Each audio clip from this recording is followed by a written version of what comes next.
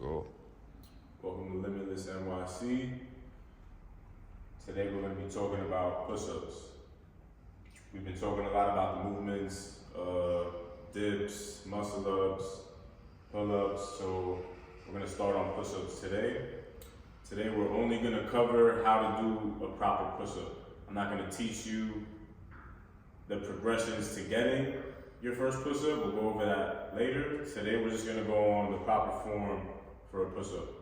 So to start, anytime you do a push-up, you want your hands to be in line with your chest. A lot of times when people are starting out, you'll see their hands are in line with their ears or their eyes, and it's no good. You're going to start to stress your shoulders, your joints, your elbows. You want everything in line with your chest. So to demonstrate your hands, I was going to do a push-up right here. Now notice when I do this plank right here, if I shift my weight backwards here, I already feel more pressure on my lower back as opposed to my core. So I want my hands right here in line with my chest. When I come down to push, come down, chest touches, come right back up. Right? So now, if we're gonna do a push-up on the bar, it's gonna be the same exact thing. Hands wherever you feel comfortable. You want the bottom of your chest, pretty much your sternum, to be touching the bar every single rep. So if your collarbone is touching, you're gonna end up stressing that same thing I was just talking about when you're on the floor push.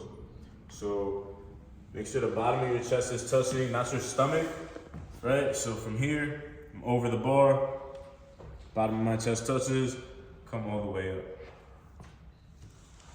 All right, so as far as your body control goes when you do a push-up, I would say the biggest thing that I see is people tend to move their body almost as if it's not connected, which makes no sense. So you need your lower body to be lowering itself down at the same time your upper body is coming down. So if you almost think of a surfboard standing up and you kick it down, it's gonna come down as one. It's not gonna come down the top folding and then the bottom to straighten out. So when we push, it's gonna be the same concept. From here, right, my whole body's coming down as one, right? I'm not gonna keep my upper body here, chase the bar, and then come up. Nor am I gonna sag my hips here and try to come up from here. Everything is in a straight line, up. If we're doing it on the floor, same thing. Right, so what we're not gonna do is upper body comes down, come right back up, right? What we wanna do is full body down, full body up in one motion. This is making sure your core is engaged. This is making sure that you're using your muscles that you wanna be using for the exercise, your triceps, your chest, your forearm. All right. As far as range of motion goes, it kind of ties in with the body control. So on these that I'm demonstrating, you want your chest to touch the bar, you want your chest to touch the floor, if we're doing push-ups on the floor. Now, if you're still working towards your first push-up and you cannot use that range of motion, that's okay. Even if your range of motion to start is this, and you're coming back up, that's okay. That's what we're gonna work with. Eventually, we'll get down here, but we gotta start somewhere. So,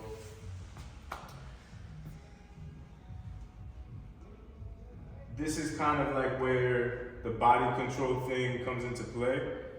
A lot of times, you might have to fight to get down to the bottom to do a quote unquote full rep range of motion push-up.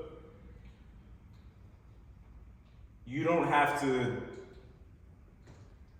try to make sure that everything is perfect on every single rep, okay? So if you do slightly in the beginning have to chase the bar, that's okay.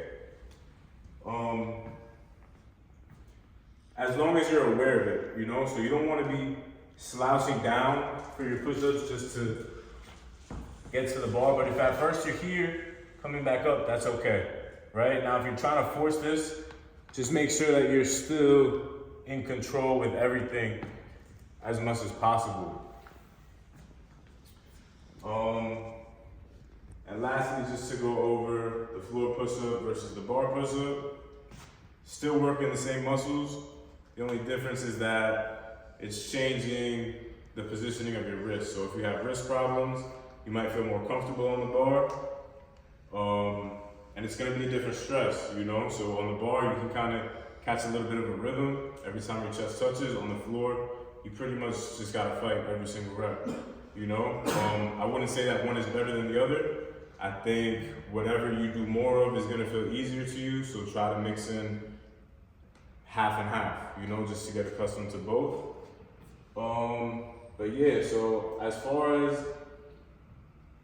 the perfect or proper push-up, these are the 4 basic things you want to focus on. Hand placement, making sure your whole body is coming down in one motion.